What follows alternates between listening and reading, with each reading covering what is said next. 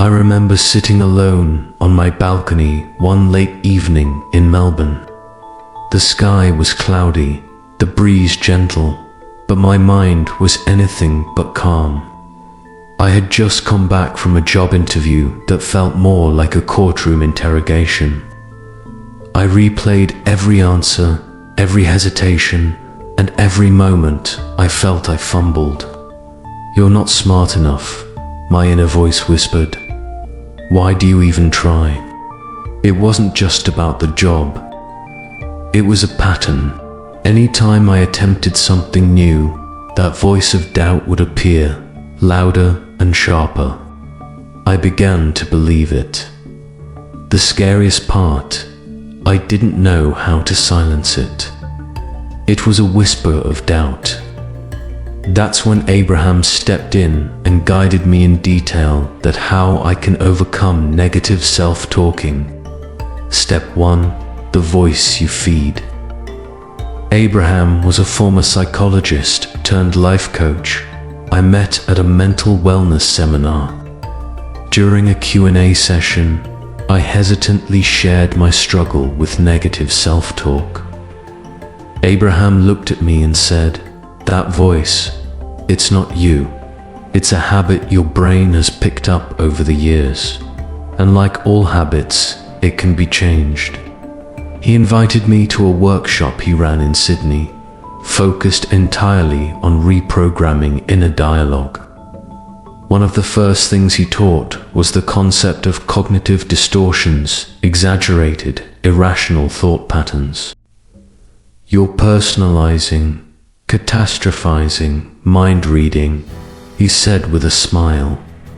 "You're letting your thoughts bully you." To illustrate this, he shared the story of Thomas, a man from New Zealand who constantly told himself he was not good enough for leadership roles. Through Abraham's coaching, Thomas began tracking his negative thoughts in a journal and replaced each with a rational response.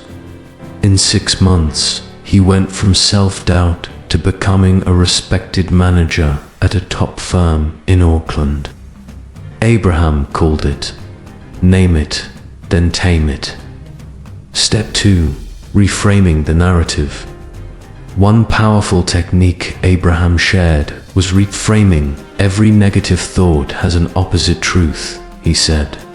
It's your job to find it. He gave me this exercise. Take a sheet, write down a negative thought in one column, and write a rational, empowering response in the other. When I wrote, "I always mess things up," he challenged me. "Always? What about when you helped your friend move and organized everything perfectly?"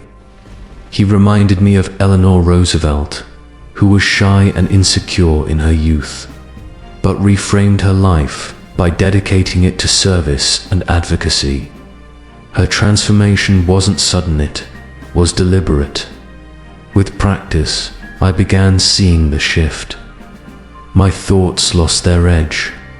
I didn't believe every negative thought anymore. I started talking back to them. Step 3. The mirror exercise. The first time Abraham asked me to stand in front of a mirror and say, "I am enough," I laughed. Not out of joy, but discomfort.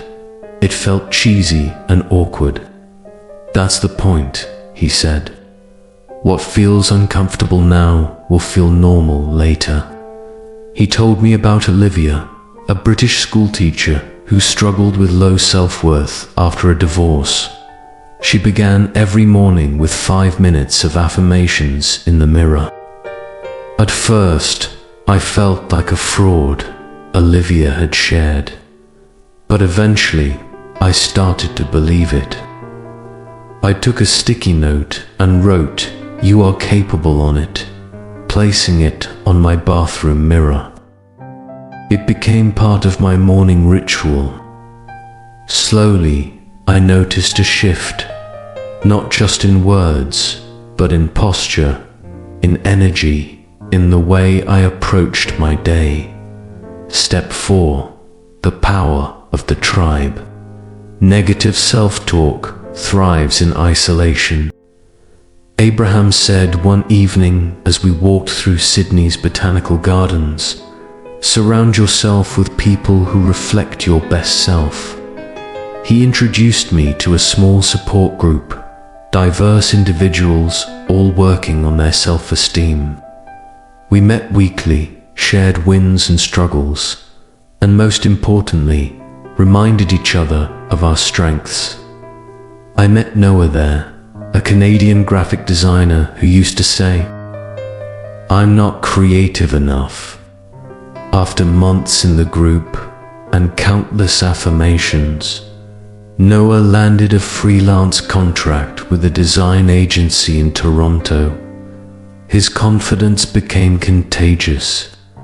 Being around people like Noah reminded me the voice in my head wasn't always right.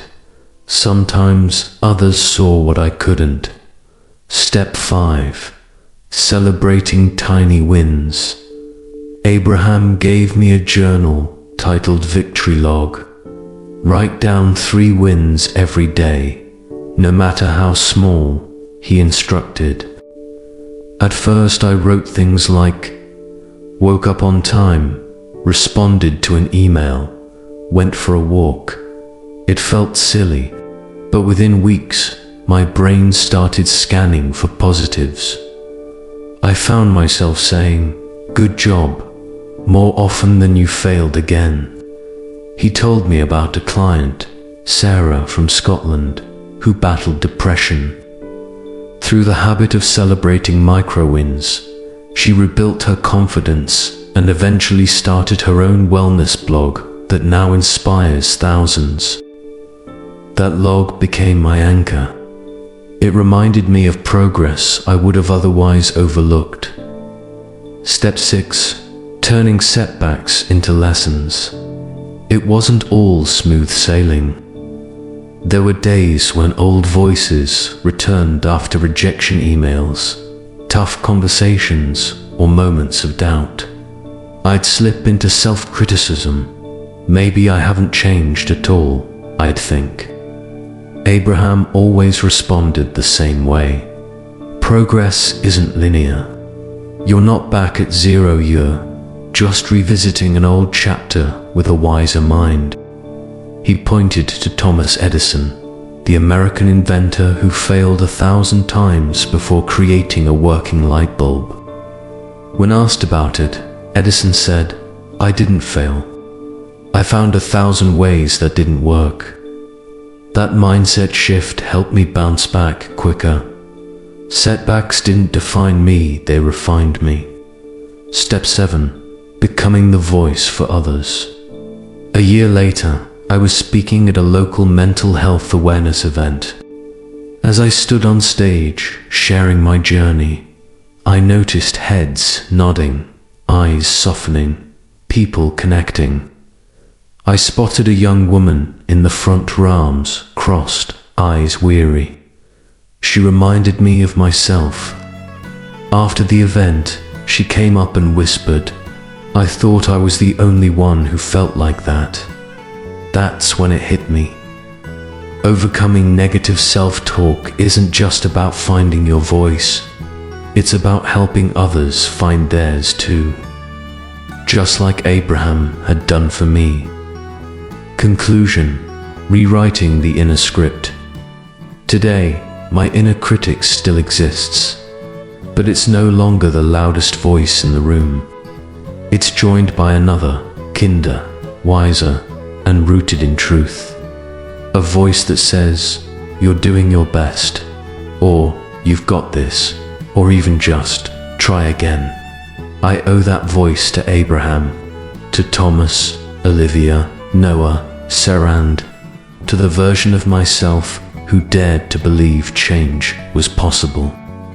If you've been trapped by your own thoughts, let this be your reminder. Your voice can change. Your story can shift. And sometimes it all begins with one person who believes in you until you believe in yourself.